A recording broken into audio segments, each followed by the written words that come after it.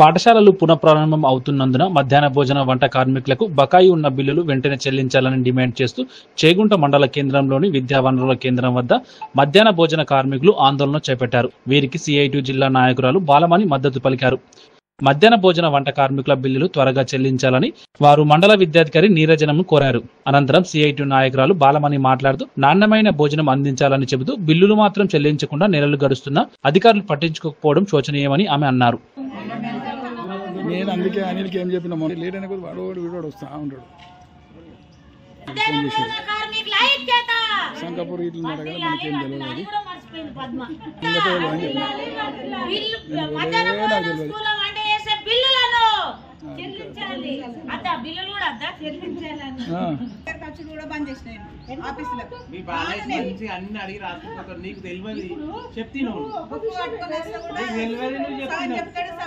మేడంకి మనం ఇప్పటిదాకా అటు మాట్లాడితే ఏదో ఇస్తున్నావు, ఏదో మాట్లాడితే ఇది ఇస్తున్నావు. నువ్వేమన్నా అసలు ఏది మాట్లాడుతావు నీకే నీ గురించి అందరూ నేను ఒక్కని మేడం కాదు. ఇక్కడ కూడా డబ్బులు రాలేదు.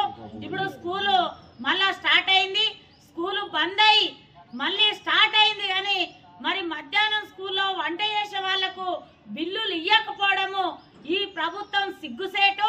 ఇప్పుడు మళ్ళా నాణ్యమైన ఫుడ్ పెట్టాలని చెప్పి ఫస్ట్ స్కూళ్ళకు మరి కలెక్టరు, ఎంఈఓ గారు, ఎంఆర్ఓ గారు పోయి స్కూళ్ళనే ఎట్లా చేసిరని చెప్పి నాణ్యంగా చేయాలని చెప్పి చెప్తారు. మరి బిల్లులు రాంది వాళ్ళు ఎక్కడికి వెళ్ళి చేస్తారని చెప్పి ఈరోజు మేము ప్రశ్నిస్తున్నాం. ఇదే పెండింగ్ లో ఉన్న బిల్లులు స్కూలు ప్రారంభం అవుతుంది కదా, మేలనే జూన్ ఫస్ట్ వీకుల్ని మరి బిల్లులు వేస్తే ఆ డబ్బులు తీసుకొని పోయి మరి కిరాణం సామాను కూరగాయలు తెచ్చి వంట చేసి పెట్టేవాళ్ళు. మరి రేపే స్కూల్ తీస్తారు, రేపు వంట చేయాలి. మరి పప్పులు లేవు, నూనె లేవు, కూరగాయలకు డబ్బులు లేవు అని చెప్పి ఈరోజు మేము అడిగితే మరి మీరు డబ్బులు తెచ్చుకోవాలి చేయాలని చెప్పి చెప్తారు. ఇప్పటికే మిత్తికి తెచ్చి వంట చేసి పెట్టుడైతుంది.